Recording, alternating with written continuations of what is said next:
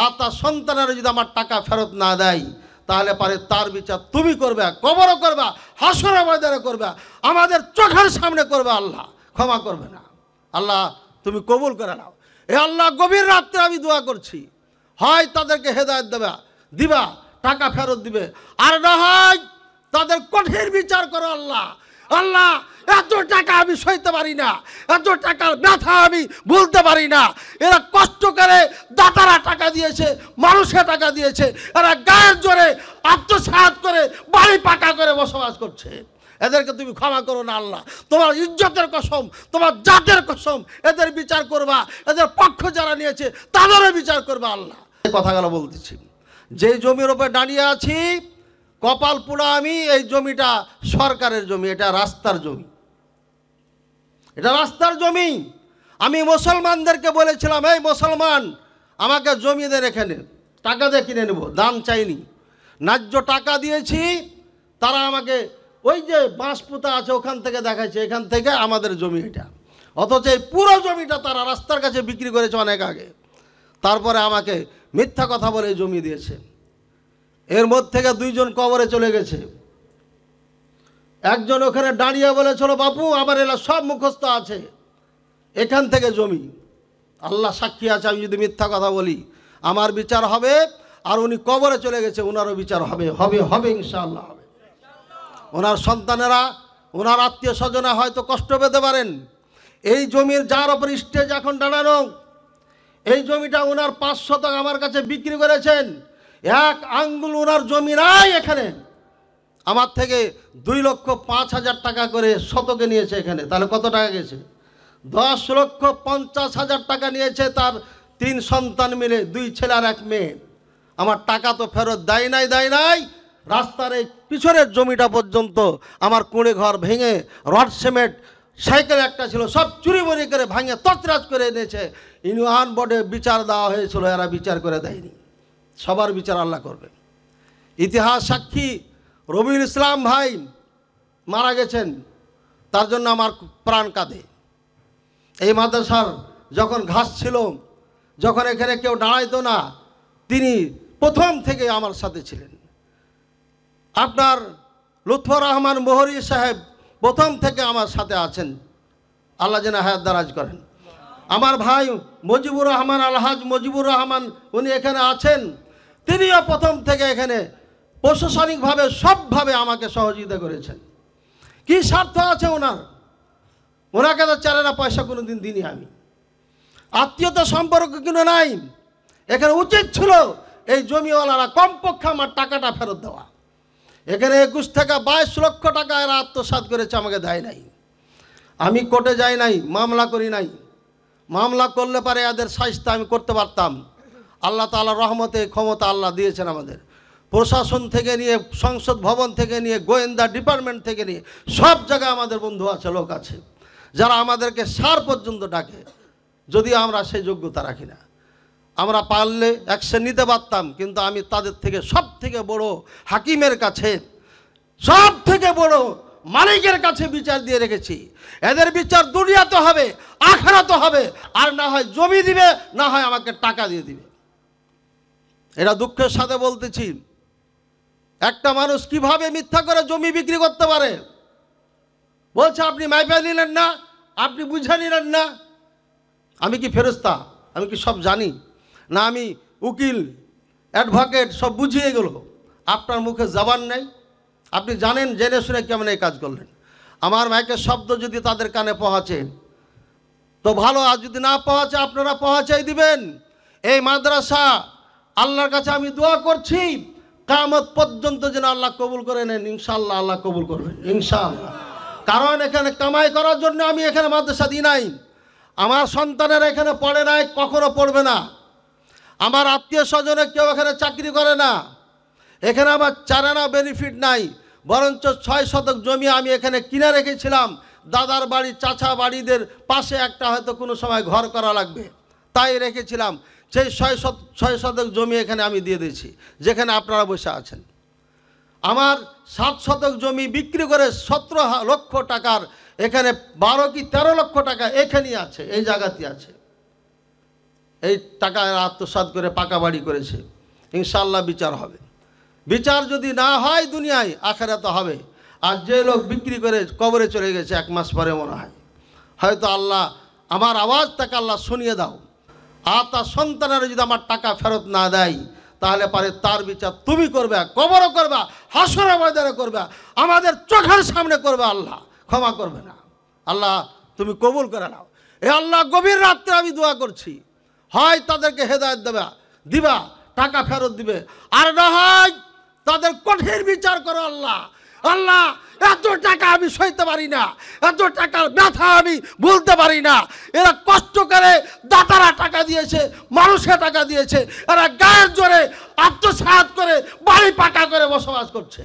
এদেরকে তুমি ক্ষমা করো না আল্লাহ, তোমার ইজ্জতের কসম, তোমার জাতের কসম, এদের বিচার করবা, এদের পক্ষ যারা নিয়েছে তাদেরও বিচার করবা। আল্লাহ আল্লাহ, হয় হেদায়েত দিবা, আর না হয় তাদের বিচার করবা। আল্লাহ, যারা আমার প্রতি জুলুম অত্যাচার করেছে অন্যায়ভাবে, তাদেরকে কাউকে ক্ষমা করো না, হয় হেদায়াত দিবা, আর না হয় তাদেরকে ধ্বংস করো, তাদের বিচার করো। বলেন আল্লাহুম্মা আমিন।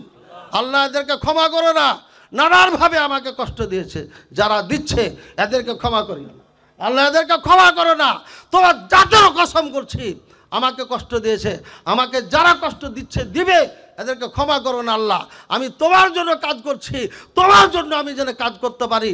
আমার কোনো স্বার্থ থাকলে আল্লাহ আমাকে তুমি তওবা করার তৌফিক দান করিও। তওবা না করে তোমার কাছে পরিষ্কার না হয়ে দুনিয়ার থেকে আমাকে নিও না। ভাইয়েরা আমার, এই মাদ্রাসায় ছাত্র যারা পড়ছে আপনাদের সন্তানরাই পড়ছে। এই সন্তানগুলো একদিন হবে মুখলেস মাদানী, একদিন হবে বাংলাদেশ জমিয়তে আহলে হাদিসের শিরোমণি, বাংলাদেশ নয় গোটা বিশ্বে আলোড়নের সৃষ্টিকারী ফজিলাতুল শেখ ডক্টর আব্দুল্লাহ আল ফারুক হাফিজাহুল্লাহ, যার মাধ্যমে গোটা পৃথিবীতে জ্ঞানের আলো ছড়িয়ে যাবে। এমন হতে পারে আপনার এই সন্তান ডক্টর ইব্রাহিম মাদানী হবে, হতে পারে আমার মতো নগণ্য জঘন্য মুখলেস হতে পারে। যে তিনটি বলেন যে 3.5টা মাদ্রাসা চলে, আমার এই প্রতি মাসে 4.5 লক্ষ টাকা বেতন দিতে হয় আমাকে, প্রতি মাসে 4.5 লক্ষ টাকা বেতন দিতে হয়। রাত কখনো কেটে যায়, 1টা-2টা বাজে, ঘুমাইতে পারি না। আমার বড় দাতা নাই, যে ভাইয়েরা আমাদেরকে দেয় টুকরো টুকরো অল্প অল্প দান, তাদের মাধ্যমে আর আমার অক্লান্ত পরিশ্রমের মাধ্যমে আর আপনাদের দোয়ার ওসিলাতে আল্লাহর অশেষ মেহেরবানিতে এই 3টি মাদ্রাসা চলমান রয়েছে। আল্লাহ তাআলার নিকটে দোয়া করবেন যেন এগুলো আল্লাহ কবুল করে নেন। রাজশাহীতে ভাড়া বিল্ডিংয়ে দাওরা পর্যন্ত মাদ্রাসা, দাওরায় আমাদের 7 জন ছাত্র আছে। টাকা নিয়ে আমি বড় বড় মাদ্রাসার টাকাই নেয় না, তাও ছাত্র টাকা পায় না। হয় মদিনার সাথে মুআদালা হতে হবে, ছাত্র অভাব হবে না। আর যদি মুআদালা না হয় তাহলে হারিকিন দিয়ে ছাত্র খুঁজে পাবেন না, খুব কষ্টকর। আলহামদুলিল্লাহ, আমাদের ভাড়া বিল্ডিংয়ে দাওরা মাদ্রাসা, এটা ইতিহাসে বাংলা তো নাই, ভারতও নাই, আমার মনে হয় পৃথিবীতে নাই। আল্লাহ এটা করেছেন। যা কথা লম্বা হয়ে গেল, আমার কথায় যদি কষ্ট পান আপনারা ক্ষমা করবেন। এটা মাদ্রাসা আপনাদের। আমি প্রায় 300 লোককে দাওয়াত করেছি, তাদের খাওয়ার আয়োজন করেছি। সবাই আসেন নাই, সবাই আসেন নাই, আপনারা অনেকে আসেন নাই।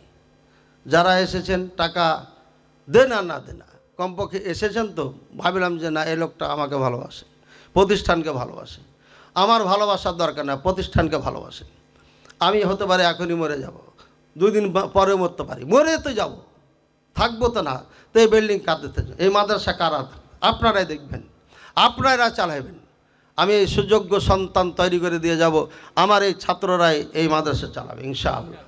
এবং আমাদের যে ছাত্ররা রানিং পড়ছে, এরা যে কোনো মাদ্রাসার প্রিন্সিপাল হতে পারবে, বোখারির টিচার হতে পারবে। আমি 2021 সালে রাজশাহীতে মাদ্রাসা দিয়েছি। 21 থেকে গণনা করবেন 7 বছর। 7 বছর পর আমার মাদ্রাসার ছাত্র যদি টিচার না হতে পারে, মাদ্রাসা বন্ধ করে দেব।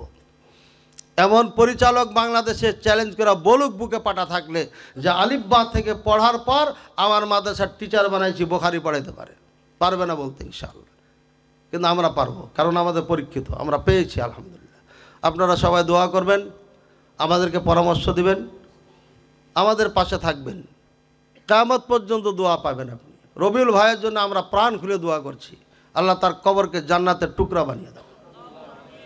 আল্লাহ তুমি তাকে কবরে জান্নাতের সকল সুখ শান্তি দান করো।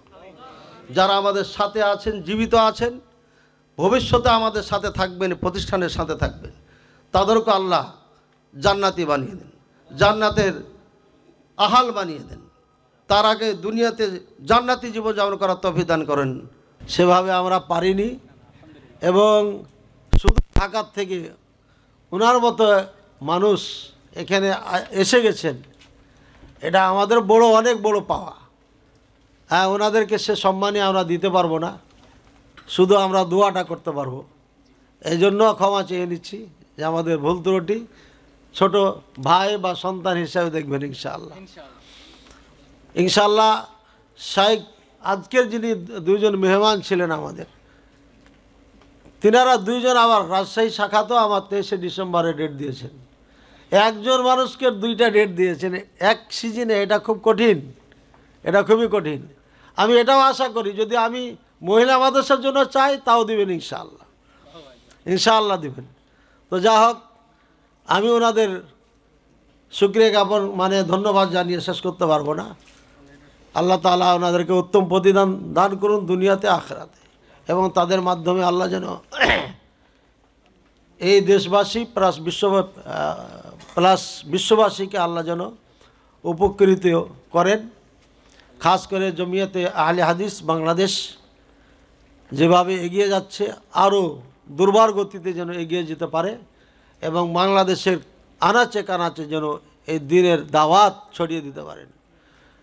খাস করে আমাদের মেহমান দুজনই যে বিষয়গুলো আলোচনা করেছেন, আপনারা লক্ষ্য করেছেন যে 70,000 টাকা দিয়ে বক্তা আনে। আমার শোনা কথা, কিছুদিন আগে 70,000 টাকার বক্তা এসেছিল, লিপস্টিক লাগানো বক্তা।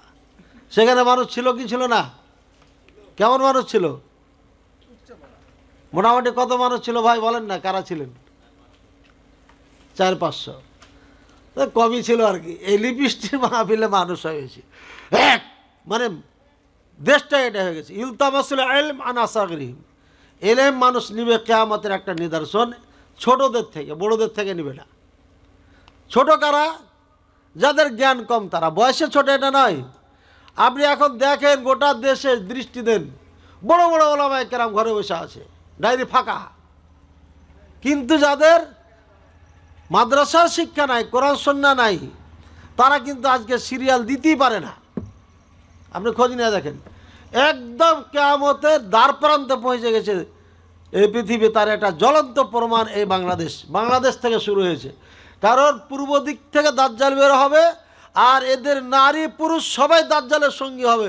তো এমন যদি ডামিস মার্কা মুসলমান না হয়, তাহলে আর সঙ্গ দিবে কেমনে?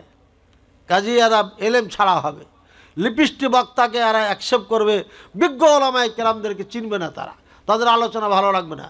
কিন্তু দেখেন যে কত সুন্দর সুন্দর আলোচনা করেছেন ওনারা, কোরআন সুন্নাহ দিয়ে, কোরআন সুন্নাহ ভিত্তিক তথ্যবহুল আলোচনা করেছেন। এই জন্য ওনাদেরকে অনেক ধন্যবাদ জানাচ্ছি আর শুকরিয়া জ্ঞাপন করছি।